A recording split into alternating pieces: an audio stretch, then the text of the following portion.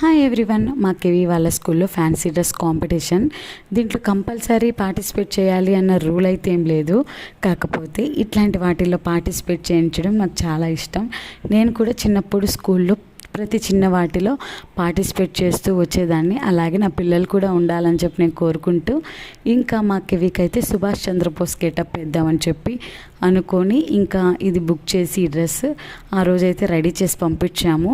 ఆ రోజు ఎలా రెడీ చేసాం, ఎలా స్కూల్కి తీసుకెళ్ళాం మొత్తం కూడా లాంగ్ వీడియో చేశాను, కింద ట్యాగ్ చేస్తున్నాను, డెఫినెట్గా చూడండి.